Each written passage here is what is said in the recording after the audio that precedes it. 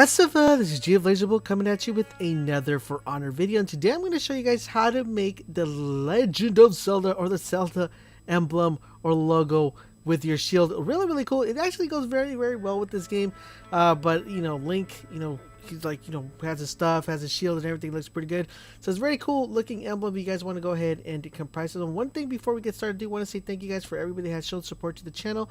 Also, if you guys haven't subscribed, please hit that subscribe button and share this video with your friends because it does help me out a lot. Just double check, guys, please, if you're subscribed, that your notifications are turned on because YouTube goofed up and people aren't getting notified when the videos are going live. But do me that huge favor.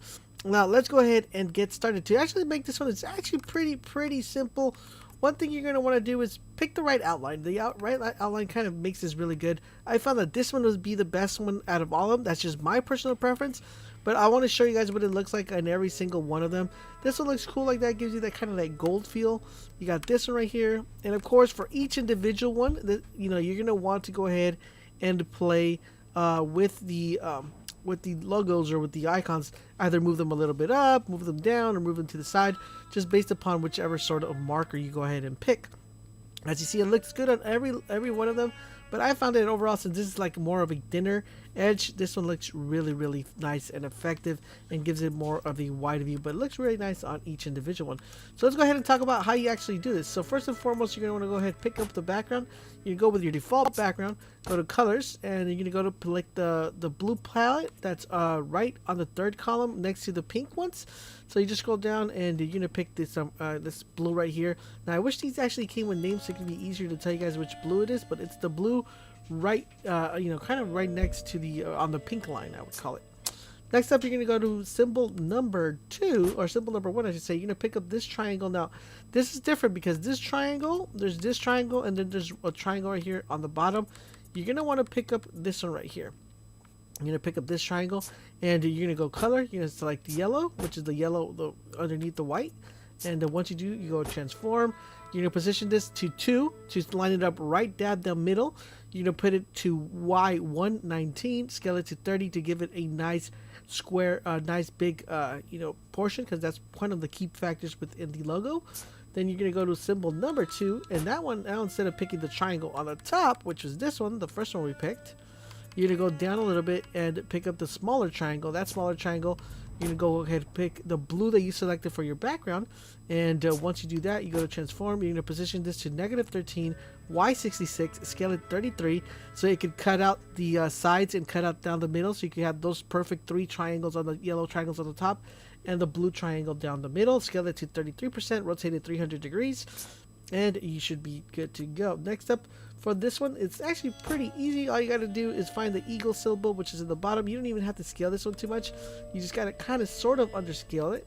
It's right underneath the right underneath the circle, and next to the sword and the V. Just select that one. Go to color and pick the red color.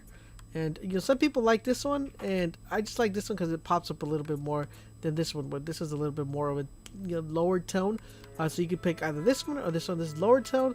This is more bright tone. This is a more of a matted tone. So you can pick any of these reds. It will do, but I preferably pick this one because that's the one I like. I feel that fits it a little bit better. Then you go to transform. You're just going to go ahead and move that down towards the bottom. Scale it at to 50%. Leave the same scale, which it should already be 50. Put that to 101, 0, and then Y1 -101. You're going to go to symbol number 2. You're going to go ahead and pick the symbol down the bottom, the swoosh, like I like to call it, right underneath the castle with the trees. You're going to go ahead and do that. Now this one, the only thing with this one is going to be your color preference. I personally like this color preference because I think it matches really well with the way it looks. I like it to be a little bit more brighter. A lot of people like to go with a darker tone. You can even, as you guys know, the shield has those little spats. You can even go with like a lighter, like a darker color to actually match the splashes that are on the shield. So you can go with something like this. It'll match perfectly. But I prefer this one right here. That's just my personal preference. Or you can go full on white, whichever you guys like. And then you go to transform. You know, position that to -15.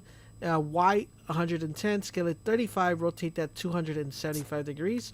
You're going to go to symbol number 2, which is the same symbol that we picked before.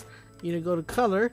Now this is the same thing like I said last time. You can pick any color, a color that actually matches the splats on the shield, or you can go with the lighter one. I like the lighter one, my personal point of view.